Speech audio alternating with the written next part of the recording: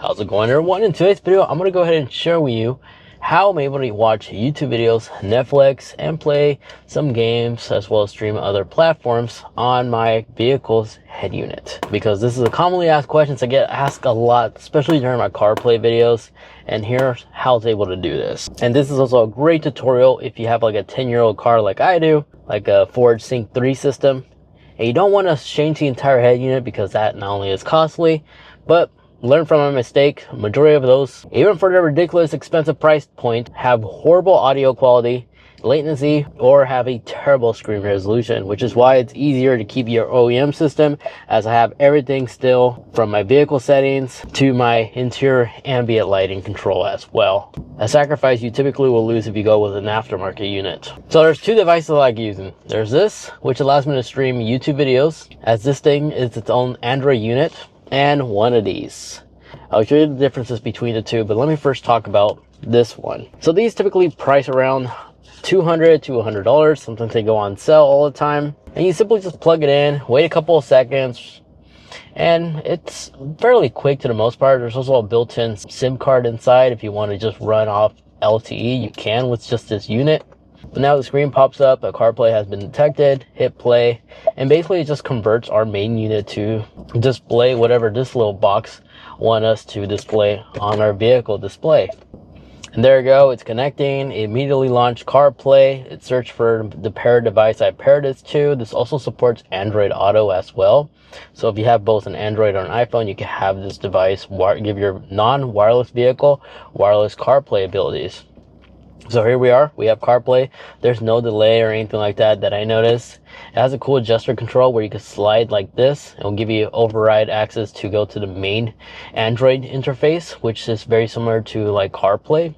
The only drawback to this is it's only compatible on vehicles that support wired CarPlay, not wireless. So like for instance, my 2025 BMW X5 only has wireless CarPlay as well as Android Auto support only. So unfortunately, I'm unable to use this device, but that car already has built-in YouTube. So from this main page, all I have to do is either register the built-in LTE with a SIM card on this device, or take my mobile device like my iPhone and just turn on a personal hotspot.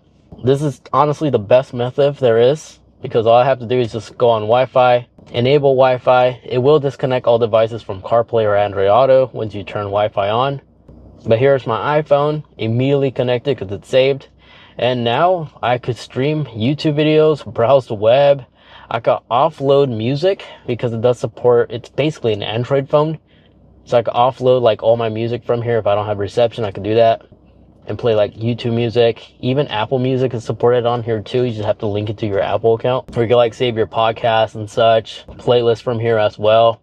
And then you can just tap on your home button. Basically any app that's available on any smartphone, you can find it right here, because you do have full access to the Google Play Store. Because you have apps like TikTok, social media platform apps on here too. Like here's my TikTok. I even have Waze. And it does support built-in GPS, and I could even shop on Amazon if I want to. But the big demonstration that I'm sure we all are waiting for is YouTube. So I can launch YouTube like this. I can click on whatever video I was recently watching, like Hoovie's Garage. Shout out to Hoovie.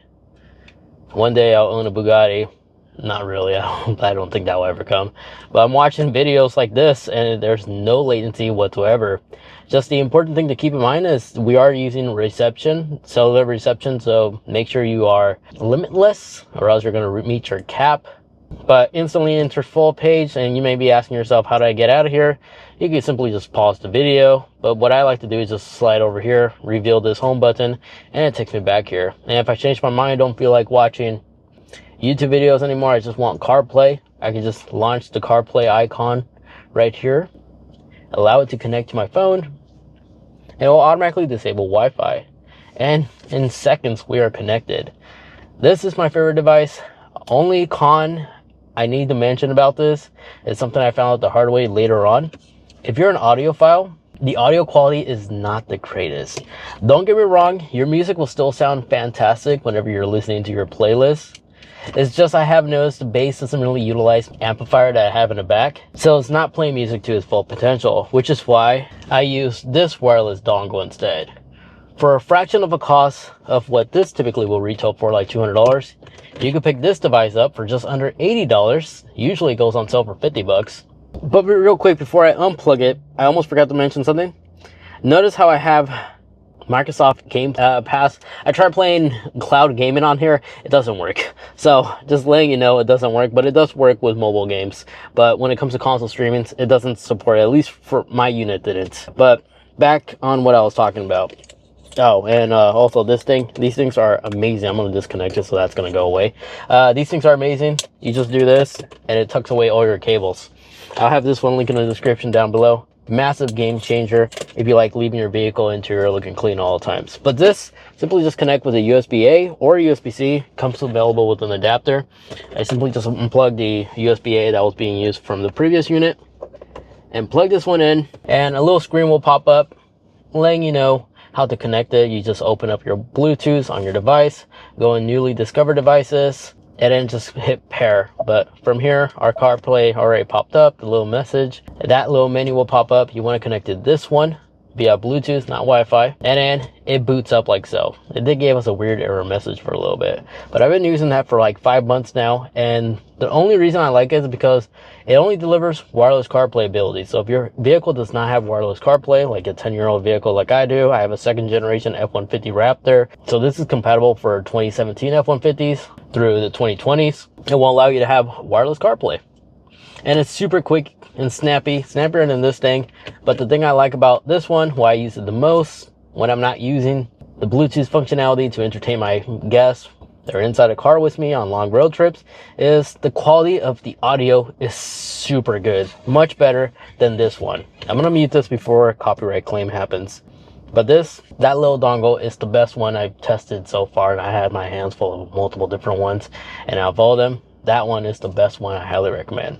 So there you guys have it. That is how I'm able to use or watch YouTube videos on Apple CarPlay.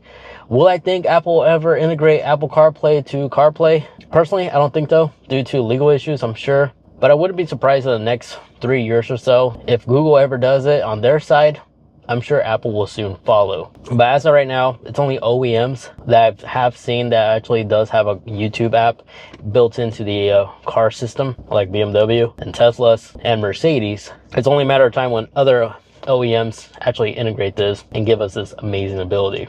And that's when I could definitely see both Google and Apple integrate CarPlay with YouTube app, finally. At least I hope. But there you guys have it. Again, I'll have links to everything in the description down below for your pleasure. If you have any more questions or anything, like compatible devices, what brands are compatible with this one, I'll leave their link in the description down below where you click on and find out see if your vehicle is compatible. But for me, from my experience, I use this on Sync 3s. I've used this on some older Kia models, worked perfectly fine. So long as it supports wired CarPlay, this device will turn it wireless and give you app controls to do much more than just listen to media. But that dongle that I showed you earlier is my favorite because the audio quality is just top notch, especially if you have a good sound system in your car. That one actually is the best one that gives you the highest resolution quality audio possible. There you guys have it. Hopefully you guys enjoyed. If you wish to watch more, check out these 2 videos on the side of me over here, because one covers all the amazing hidden features you can do on general Apple CarPlay, including the ability to pause your media as you get in your car, not automatically resume. That could be awkward sometimes. And underneath that is a highlight of all the unique features as well as updates that Apple AirPods received. Thank you so much for watching.